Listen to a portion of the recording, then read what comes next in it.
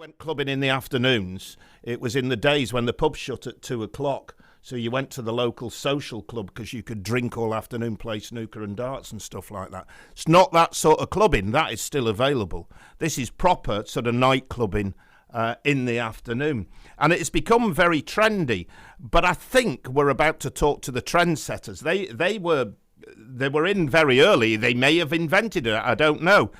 Chris McClure from Day Fever will tell us, joins us on the show. Morning to you, Chris. Thanks for your time. Morning, pal. Thanks for having us on. Sorry, am I right? You were in early stages, Day Fever UK, weren't you? Yes, there was me, my brother John from Revenant Makers. There were Johnny Owen, Vicky McClure's fella, his friend James, and we decided we wanted to start a nightclub, but in the day because we didn't want to be in city centres after 8 o'clock. Okay. Was that an age thing? I think that we'd been discussing it for a while. This were like late 2023, and we were all like, I think there's a misconception that a certain generation don't want to party anymore, and we were all like, we still want to go out. I just don't want the late night taxis and the incredible hangover on a Sunday. So we tried one in Sheffield, and it's proved to be a massive success. And now we've rolled it out across UK and Ireland. So what ages were you then? Well, I'm 38, so I've still got a bit of energy in tank, but Johnny's in his 50s, he won't mind me saying, and John, our kid's getting on, and James is. So, but what we're finding is really, when we've done the events, is that and I think obviously Vicky had seen what were happening and the type of people that were attending, and she decided she wanted to put a face to it. And I think it's a generation who remember the classic night out, you know. You get into town, you have a drink before in a pub, then you go to your club, and then after you go and have a kebab or chips and cheese or a curry. Yeah, got you. Well done if you're having a curry, by the way. But anyway, go on then.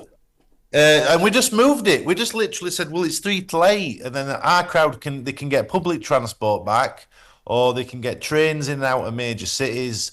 Or they can go and have a bit of grub, and they can still sit on the sofa and watch a bit of Netflix and get up fresh Sunday. And it's proved to be, I think we've hit a nerve with people because they seem to be responding well to it. Yeah, I mean, I've always said you can get back for match of the day, but maybe that's a generational thing. Watching Netflix is probably younger generation. I'm a match of day person. At 10:30 with my pizza on my knee and the music strikes up, and I've been out and I'm thinking, yeah, I've done it. I've completed Saturday.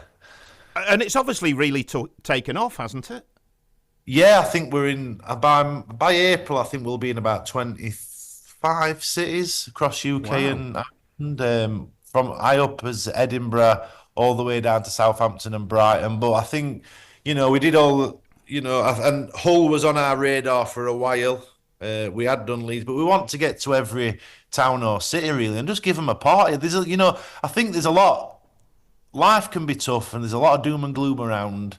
And I think at a Day Fever, that's left at the door, and there's an old generation of people. The music's not too avant-garde. We're playing the hits. There's a bar. There's a big visual screen playing all nostalgic movies and adverts and TV from yesteryear, and it's just about remembering a simpler time, really. Right. Okay. And so what sort of music? What sort of era are we talking? 90s? Well, our demographics really wide, so you can hear anything from the Motown Northern Soul at 60s, right, and you can go through disco at 70s.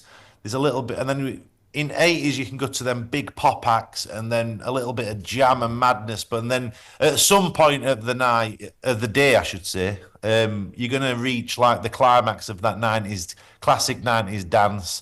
And then we end the last half an hour with a proper good old-fashioned sing-along, so you don't look back in anger. Ray Jude, New York. This is like, it's a wedding without the pain of a service, really. Right.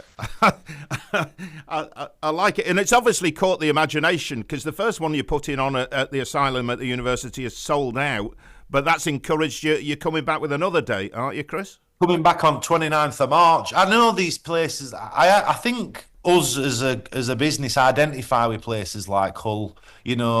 Johnny's from Merthyr in South Wales. We're from traditionally quite working class backgrounds, the people behind Day Fever, and I think we strike a chord with certain place, and Hull was a place we said I think we're going to connect with Hull, and they've responded just how we wanted, and they've sold it out. So we're going to have on 8th of February, we're having a proper good old-fashioned party. Then we're coming back on, if anyone didn't get tickets, on 29th of March. But we'd like to be there, like, monthly, ideally. Why not? Yeah, it is the student union venue, but it won't be just students, will it? It'll be a mix. Oh, it's no, open. It's open to the public and everybody, regardless of age. Yeah, definitely. Okay, how many DJs do you have then? We usually have like 2 or 3. The other thing that's been nice that we didn't expect is we have, like, we call them masters of ceremony, but they're really the stage dancers, but the friendly people who are we invite the crowd on stage for a dance with us. A little bit like, remember that old Top of the Pops footage where the band would play and you'd have a bit of crowd on stage? Yeah, got you.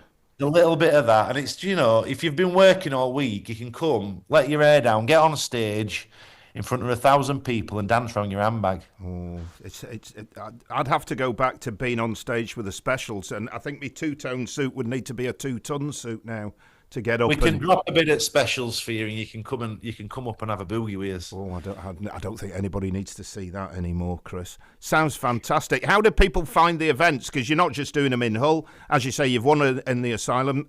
Is there a website? Yes, dayfever.com.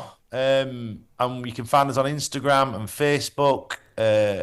Come and find a local Day Fever. Hull, like I say, Hull, there are tickets for March still available, but we do expect them to go, so please be quick.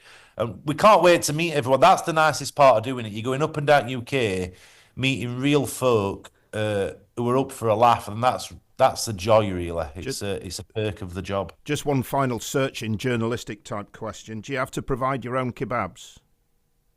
No, but if you want to, no, but we need to know. Chip spice is a thing in Hull, isn't it? It is, yeah. So I am and patties, patty and chip. Right?